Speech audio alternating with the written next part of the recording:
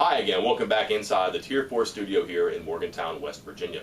For the Charleston Gazette-Mail, I'm Mike Casaza, and this is part 13 of the 2015 and 15 countdown, previewing the 2015 West Virginia University football season. Thank you for stopping by as often as you have as we get toward the end here. Hopefully you can stomach these final 3 editions. Hopefully I can shoulder the responsibility and get you across the finish line. That will be Monday, last day of the series, first day of the camp.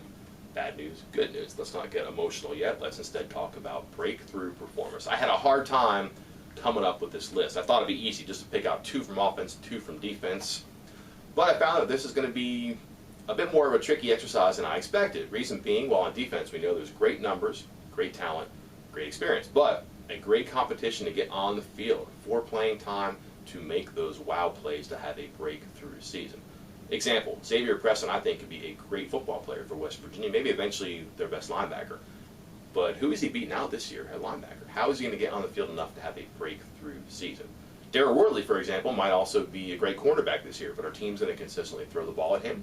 Is he going to be so good that he just kind of locks down his receiver and nothing crazy happens on his side of the field? Is that a breakthrough? Maybe, yes or no. 2 players I thought about, but I did not designate with my breakthrough label. I instead gave it to, first, safety KJ Dillon. I think he's primed for a monster season here. He's gotten better through the years in pass coverage, and he remains a physical force on the outside as the spur safety. Good against the run, getting better and scarier as a pass rusher. If he can find a way to sack the quarterback a few more times to get a couple more tackles for losses, maybe even pop the ball out, get some interceptions, West Virginia has quite a weapon on that side of the field. Another weapon that the defense could use, welcome additions from Noble Nwachukwu. It's been a long time since West Virginia had a sack force. It was Bruce Irvin, and he's been in the NFL for a few years. Is this the time that we see a 10-sack player again? It might be. Physically, that's never been a question for Nwachukwu. Since his red freshman year when he played, he's been big enough, strong enough, tall enough, long enough to handle himself out there. There's experience, things that come into play, but even last year, Nwachukwu was pretty solid. You never really noticed him out there. He wasn't blowing up plays, he wasn't hurting you with mistakes, but similarly, you didn't notice him because he wasn't making the wow plays. He didn't get his hands on the quarterbacks. He wasn't stripping balls, knocking passes down, things you want from your defensive end.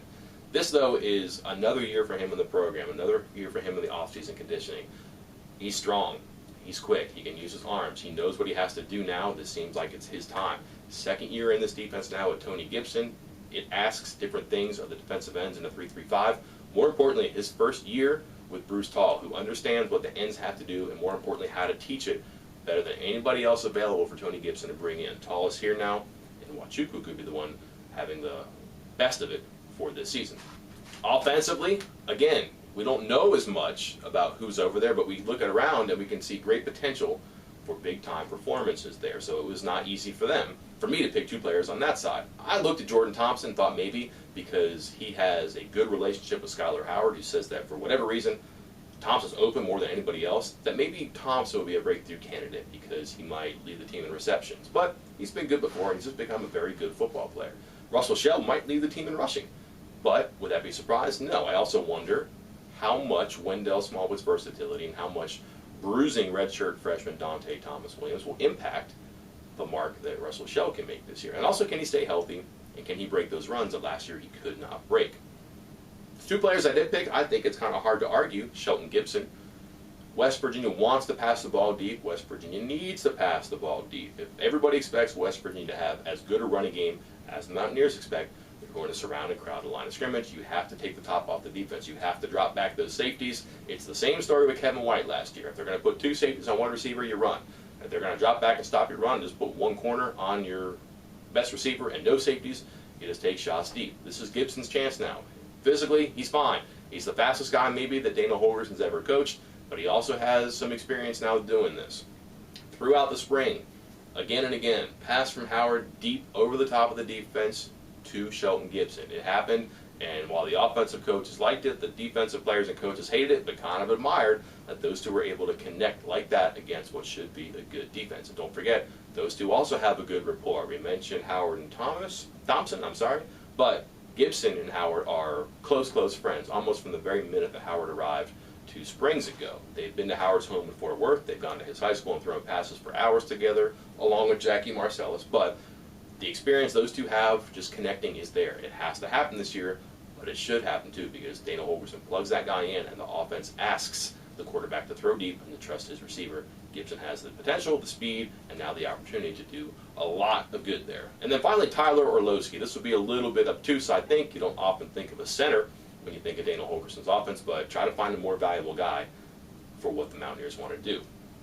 I haven't heard coaches this offseason praise anybody as consistently or as strongly as I heard them praise Orlowski, and that is something that his peers echo as well. Other centers in the Big 12 at Big 12 Media Day in Dallas spoke very highly of the junior. They like his footwork, they like his balance, they like the fact that he seems on top of everything for what a center needs to be on top of. When you play as quickly and you have as little time in between the end of one play and the start of another as the Mountaineers have between their snaps. A lot has to be communicated. You have to keep the guys on the left and the guys on the right on the same page. Make sure everybody knows what's going on, where the defense is, and by the way, make sure you snap a sharp snap to your quarterback behind you in the pistol or the shotgun. And Orlowski's really good at all that stuff, and also, by the way, maybe the strongest guy pound for pound on the team who can handle himself inside against maybe two guys rushing through him, against the run, against the pass. He's just solid, and again, he may be one of the very best in the Big 12 by the end. Maybe one of the very best breaking through for the Mountaineers this season. That's all for this time. I'll see you next time. For the Charleston Gazette Mail, I'm Mike Casazza.